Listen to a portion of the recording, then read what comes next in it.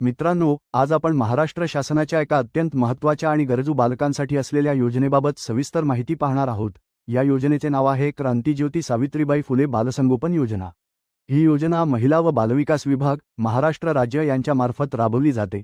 समाजातील अनाथ, निराधार, दुर्लक्षित आणि संकटग्रस्त बालकांचे संगोपन करून त्यांना सुरक्षित जीवन, शिक्षण आणि चांगले भविष्य मिळावे, हाच या योजनेचा मुख्य उद्देश आहे।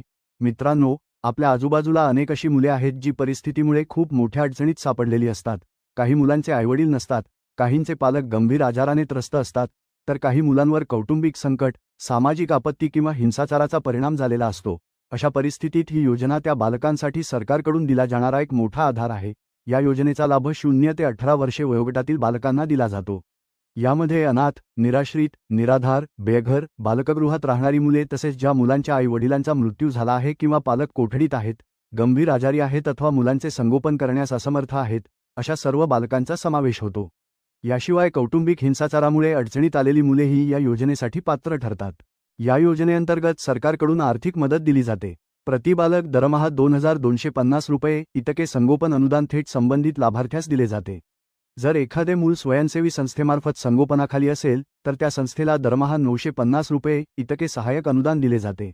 ही रक्कम बालकाच्या अन्न, शिक्षण, कपडे, औषधोपचार आणि दैनंदिन गरजांसाठी वापरली जाते। मित्रांनो, या योजनेसाठी अर्ज करताना महिला व बालविकास विभागाचा अधिकृत अर्ज फॉर्म भरावा लागतो। या अर्जामध्ये बालकाचे संपूर्ण नाव, जन्मतारीख, जात व धर्म, सध्याचा राहण्याचा पत्ता, पालकांची संपूर्ण माहिती, कुटुंबाचे वार्षिक उत्पन्न, बालकाचे शिक्षण तसेच यापूर्वी कोणत्या शासकीय योजनेचा लाभ घेतला आहे किंवा नाही याची सविस्तर माहिती द्यावी लागते। अर्जावर पालक किंवा संगोपन करणाऱ्या व्यक्तीची स्वाक्षरी किंवा अंगठा असणे अनिवार्य आहे।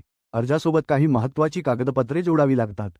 यामध्ये उत्पन्नाचा दाखला, आईवडील किंवा पालकांचे आधार कार्ड झेरॉक्स, बालकाचा जन्म दाखला, बालकाचा फोटो, शाळेचे बोनाफाईड प्रमाणपत्र, रहिवासी दाखला, आईवडील मृत असल्यास मृत्यू प्रमाणपत्र आणि बँक पासबुक झेरॉक्स यांचा समावेश होतो। ही सर्व कागदपत्रे योग्य व पूर्ण असणे अत्यंत आवश्यक आहे। हा अर्ज अंगणवाडी सेविका, स्वयंसेवी संस्था, बाल विकास प्रकल्प अधिकारी किंवा जिल्हा महिला व बालविकास अधिकारी यांच्याकडे सादर करता येतो।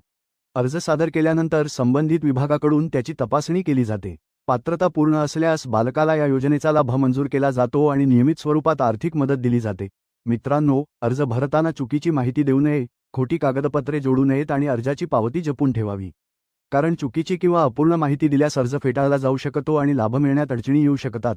शेवटी एवढंच सांगायचं आहे की तुमच्या परिसरात जर कोणतीही गरजू, अनाथ किंवा संकटग्रस्त मुले असतील तर त्यांच्यापर्यंत ही माहिती नक्की पोहोचवा। क्रांतिज्योती सावित्रीबाई फुले बालसंगोपन योजना ही अशा मुलांसाठी एक आशेचा किरण आहे। ही योजना अनेक मुलांचे शिक्षण वाचवू शकते आणि त्यांचे आयुष्य उज्ज्वल करू शकते। मित्रांनो, ही माहिती तुम्हाला उपयुक्त वाटली असेल तर कृपया व्हिडिओला लाईक करा, चॅनेल सबस्क्राईब करा आणि हा व्हिडिओ जास्तीत जास्त गरजू लोकांपर्यंत शेअर करा, जेणेकरून या योजनेची माहिती योग्य व्यक्तीपर्यंत पोहोचेल। तुम्हाला या योजनेबाबत काही प्रश्न, शंका किंवा अनुभव असतील तर कमेंट बॉक्समध्ये नक्की विचारा, आम्ही त्यांना उत्तर देण्याचा पूर्ण प्रयत्न करू। धन्यवाद। जय हिंद, जय महाराष्ट्र।